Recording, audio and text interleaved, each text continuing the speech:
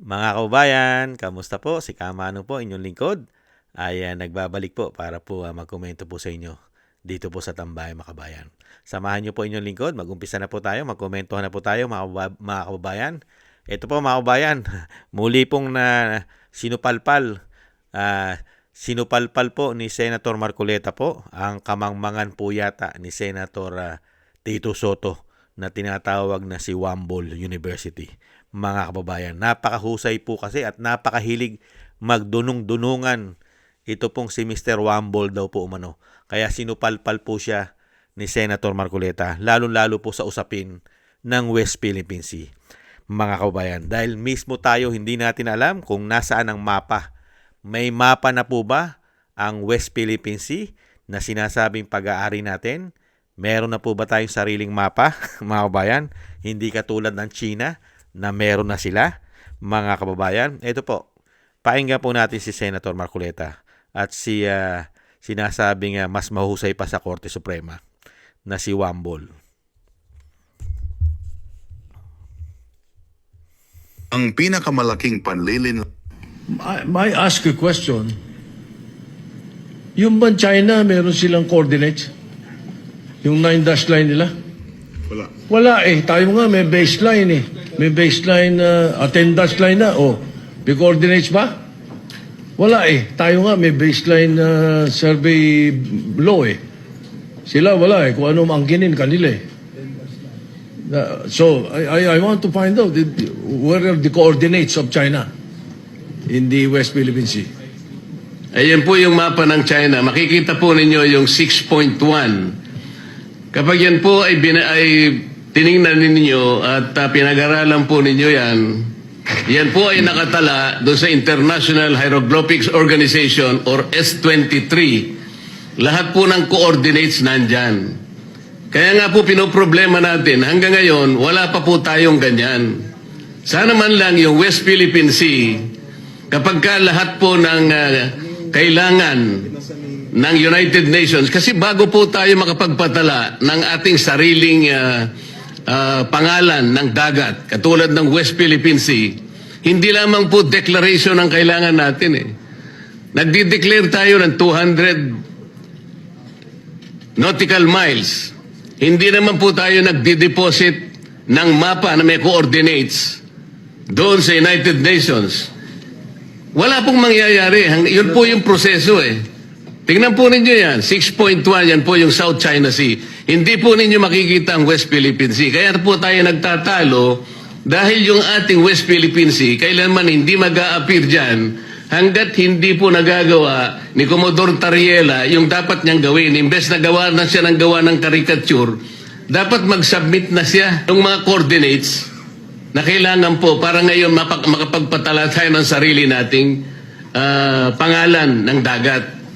Ito nga po kaya ko, kahit napakahirap, ay gusto nating pag-aralang mabuti kasi dito po nagkakaroon ng di pagkakaunawaan. Nakala natin may nangunguha ng saangganang atin, samantalang yung saganang atin, hindi pa naman natin alam kung hanggang saan ba siya. I ask a question. Nakita niyo po? Yung ban China, meron silang... Napakatindi po, no? Tama po si Senator Marcoleta eh. Paano natin masasabi sarili nating pag-aari? Wala pa tayong sariling pangalan. Walang mapa. Wala pa eh. At hindi pa natin inaasikaso to sa United Nations.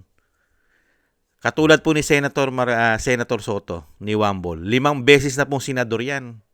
Pero hindi po niya naisip na yan po ay i-push at dalin po at mag-file na po tayo at ipatala na po natin sa United Nations ang sariling atin, lalong-lalo ang sinasabi nilang West Philippine Sea.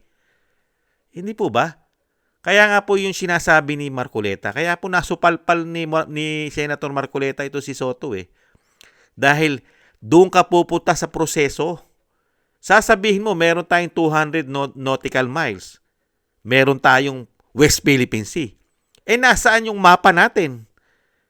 Na yung mapa po ay dapat nakapangalan na sa atin. At ma-recognize na po ito. Hindi po ba? Ng United Nations na yang part na yan ay pag-aari na ng Pilipinas yan, yang West Philippine Sea. Pero wala pong kumikilos. Puro yaw-yaw lang po ang mga politiko. Katulad po ng tumanda na riyan na 5 beses na naging senador si Tito Soto. At napakarami ng alam. Pati ang Korte Suprema, kinu-question sa dami po ng nalalaman niya. Pero hindi niya po nalalaman ang tamang proseso para po mapasa atin na ang titulo at ang sinasabing pag-aari natin, ang West Philippine Sea. Hanggang ngayon, wala tayong maipakita sa international. Wala tayong maipakita na ito, mapa na ito. Ito, pag-aari natin ito. Itong karagatan na ito. Di ba ayaw po nila ipatala? Bakit kaya? Puro po bangayan. Bangayan. Katulad po niyang sinasabi si Tariela diyan po sa Philippine Coast Guard. Ubod ng ingay. Kaya nga ano sabi ni Senator Marcoleta, imbis na mag-iingay ka, mag-umpisa ka na. Trabahuhin nyo na. Trabahuhin na at ayusin na. At i-file na mismo yung pag-aari natin. Gawan nyo na yan ang sinasabi nyong yung sukat ng West Philippine Sea. Yung sinasabi nyong 200 nautical miles. Ayusin nyo na. At idulog nyo na. Dalin nyo na yan. Di po ba? Dalin nyo na sa ibang bansa. Di po ba? At ipatala na yan. Kumbaga sa lupa, palagyan na ng titulo yan. Patituluhan na yan. Di po ba? Patituluhan na sa international. Hindi po ba? Kaya nga po nakakalungkot po mga kabayan ang nangyayari po sa ating bansa. Dahil po kagagawan din po nila eh. Kagagawan din po ng matatandang politiko kaya po nagkadalechi-lechi po ang ating bansa. Real talk. Katulad po nito ni Soto. 5 beses na raw po siya naging senador. Pero sa tagal niya pagiging senador, wala po tayong nakitang pagbabago lalong-lalo po sa depensa. Sa depensa po natin at seguridad sa mga bantay dagat natin. Ano na? Kaya nga nauubos ang ating mga teritoryo dahil nga unang-una, wala pa tayong maipakitang pag-aari natin. Wala tayong mapa. Doon sa sinasabi po ni Senator Marcoleta. Wala tayong marirecognize eh. Ang pinakamasakit pa, dahil nga po talamak sa korupsyon ang mga nagdaang administrasyon. Tumino lang yan sa dating Pangulong Duterte. Kaya dating Pangulong Duterte, dumami po at nagkaroon po ng mga bagong asset. Lalo-lalo po dyan sa karagatan natin na ginagamit po ng Navy. Hindi po ba? At pati mga eroplano, nadagdagan, mga bago sa panahon ni dating Pangulong Duterte. Pero nung mga nakaraang pang maadministrasyon, mga kabayan, grabe. Grabe po ang ginawa nila. Hindi po nila pinalakas ang depensa natin, lalo-lalo po sa sinasabi nating West Philippine Sea. Hindi po ba? Kaya nga po nilalamon tayo ng China. Kayang-kaya tayong lamunin dahil wala tayong sinabi. Wala tayong panglaban sa kanila. Yung water canyon nga hindi natin malabanan Hindi po ba? Hanggang salita lang. Puro yaw-yaw. Dahil nga po kasalanan po ito ng mga politikong nagdaan sa ating bansa. At hanggang ngayon, puro pagnanakaw pa rin po ang ginagawa ng mga magnanakaw na politiko sa ating bansa. Kung yung ninanakaw nila taon-taon, gada budget, ay ibinibili nila ng mga barko pang protekta sa ating mga teritoryo at doon sa sinasabi nilang West Philippine Sea, isang damukal na po sana ang ating mga barko pang depensa diyan po sa China. Hindi po ba? Kaya nga lang po, imbis po na ipambili ng barko, mga kabayan, ibinibili po nila ng kanila pong luho.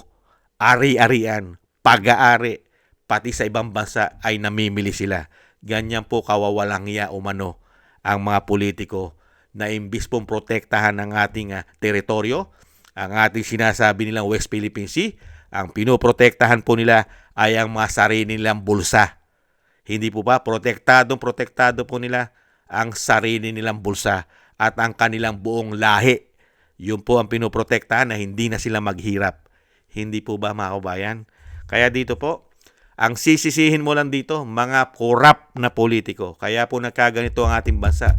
Puro pamumulitika. Yung dapat pong gawin ay hindi po nila ginagawa. Puro yaw-yaw lang. Puro yaw-yaw, puro yabang, puro angas. Pero wala naman pong gawa. Kulang na kulang po sa gawa. Ganyan po ang mga trapong politiko. Mga trapo, mga basura na politiko. Ganyan po ang style nila. Napakaiingay, pero wala naman pong gawa. Napakahusay manise, napakahusay mamulitika. Pero pagka sila naman ang hinanapan mo kung ano ang mga credential nila na gawa, tahimik, mga kabayan. Ganyan po katitindi ang mga tao na yan. Kaya buti na lang po nanalo si Senator Marcoleta. At least ipinamumuka sa kanila. Dahil matatagal na silang politiko riyan. Matatagal na sila senador. Napakaiingay na po niya. Hindi lang naman po si Tito Soto eh. Nandiyan pa sila Pangilinan. Nandiyan pa yung tinatawag na iyaking senador daw po umano. Yung tinatawag na sinasabing si Kiko Pangilinan. Napakarami pa maingay dyan. Mga tulpo, nagpapalayas pa. Nagpapalayas pa ng mga diplomat ng China.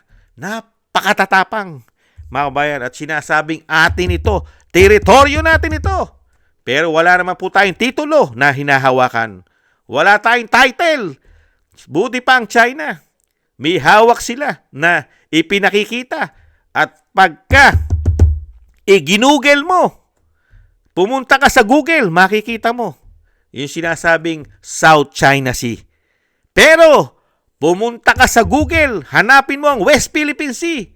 Hindi mo makita kung ano ang pag-aari mo na sinasabing West Philippine Sea. Nasaan ang West Philippine Sea? Pero yung South China Sea, makikita mo. Nakamapa. Pero tayo, wala tayong ginawa. Walang ginawa ang mga politiko nating maingay. Napakatagal na sa Senado katulad ni Tito Sen na tinatawag na wambol. Ano po nagawa niya? Ni hindi man na po nagpunta. Hindi nila inasikaso. Hindi nila pinagtulong-tulungan na yan po ay maging titulo at matitulo na po sa atin yung sinasabi po nila, pinagyayabang nila na yung ating teritoryo na tinatawag na 200 nautical miles ay mapa sa atin na at maging titulo na at maging mapa na ng Pilipinas ang West Philippine Sea at maipangalan na po sa Pilipinas. Kaya yan po napakahirap eh. Pagka po nagdudunong-dunungan ka.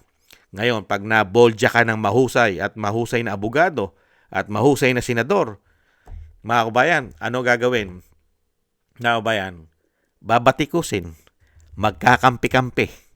Dahil napapahiya eh. Ganyan po sila eh. Kampi-kampi pagka napapahiya na. Mga kababayan, puro bunganga. Ang katwiran nila dahil daw po na-award na. Na-award na raw po na international, mga kababayan. Na-award na raw po sa Pilipinas yung 200 at atin na raw po yun. Kinikilala na. At yun daw po ay atin dahil nga po unang-una ay meron na po tayong batas na atin yung sinasabi po nila. Lalo-lalo po yung 200 nautical miles, mga kababayan. Atin na raw po yan. Atin. Pero, wala naman po naka-registered sa international na atin at talaga ang titulong West Philippine Sea ay nakalagay na. Yan po ang pinakamabigat. Kaya, ayan, nasupalpal po yung tinatawag daw pong Pepsi. Sinupalpal ni Marcoleta, lalo-lalo po sa usapin nito pong West Philippine Sea. Ang hirap po kasi sa mga magagaling na politiko, nagdudunong-dunungan. Pero yung mga ginawa po nila kapalpakan, sila po ang nagdulot niyan. Lahat po na naging problema po natin sa karagatan ay mga politiko po ang masisisi natin dyan. Yung mga magnanakaw at kurap na yan umano. Sila po lahat ang may kabalbalan yan. Kung ang ginawa po ng Pilipinas ay katulad ng ginawa ng China, katulad ng ginawang ibang bansa na pinalakas po nila ang kanilang depensa. Pinalakas nila ang security, ang seguridad ng bansa. Pero tayo, hindi po nangyari sa atin yan. Nangyari lang po yan, kulang na kulang pa at hindi sumapat sa panahon lang ni dating Pangulong Duterte na nagkaroon tayo kahit papaano ng mga bagong kagamitan. Ngayon, mga kabayan, magkakaroon ba tayo ng maraming kagamitan ngayon? Kung ang pagnanakaw ang laging issue ng ating bansa, isang damukal na korupsyon, ang naipupundar po natin ngayon ay puro mansyon. Hindi po pang depensa sa karagatan. Hindi po barko. Ang naipupundar po ng Pilipinas ay mga mansyon ng mga politiko umano. Meron sa loob ng bansa at meron sa labas ng bansa. Ganyan po kawawalang hiya ang mga politiko umano sa ating bansa. Pero ngayon, maaangas pa. Akala mo may nagawa. Akala mo may nagawa sa Pilipinas kung magsasalita. At naninisi pa ang mahindot. Samantalang sila yung nahandyan. At pabalik-balik lang po sila riyan. Hindi po ba? Katulad po ni Tito Soto. Akala mo kay husay-husay. Mga kababayan, mahusay lang kumundi na. Pero pagka hinanapan mo ng credential, mga kababayan, baka hindi man lang pumapunta sa kalingkingan ng dating Pangulong Duterte. Sa tagal niya, isang termino lang po si dating Pangulo, samantalang siya, 5 beses na raw po siya naging senador. Mga kababayan, 5 beses ka na nahandyan, ni hindi man lang yun napatituluhan yung West Philippine Sea. Hindi man lang kayo gumawa ng resolusyon. Ang ginawa nyo, puro korupsyon, unbelievable, only in the Philippines. Puro lang po yaw-yaw, pero wala namang gawa. Mabuhay po kayo, Senator Marcoleta, at pinamumukha nyo po sa mga trapong politiko ang kanilang pagiging trapo. Mabuhay po kayo at ingatan po kayo, Senator Marcoleta. Maraming salamat po sa mga nakagusto po ng ating Tambayang Makabayan sa YouTube at TikTok. At ganoon din po sa mga subscribers po natin. Maraming salamat po sa inyo. Mabuhay po kayo. Thank you po sa mga nagko-comment, like, share, and subscribe. Maraming salamat po. At shoutout po sa mga nagbibigay po ng tulong at biyaya. Shoutout po kay Eric Hershaw ng Canada, kay Tatay Nick ng Canada, kay Balance Vision TV, kay Gay at Shena, kay Jesus Valdepena, kay Annie Jo, ako si Phil Am, si Kingston ng Hong Kong, si Jake Yahut ng Maisog, California, USA, Gina Ray Solidides ng Berlin, Germany, Julieta Celona ng Sydney, Australia, Baby Roman at Ate Isa ng Cagayan. Maraming salamat po sa inyo, mga kabayan, at ingat po kayo sa inyo pong mga paggawa. Shoutout po sa inyo lahat. At syempre po, mga kabayan, maraming salamat po sa inyo lahat sa mga tumatangkilik po sa atin sa Tambayang Makabayan. God bless po sa inyo lahat, mga kabayan. God bless po at ingat at tiis lang po tayo. Bye-bye.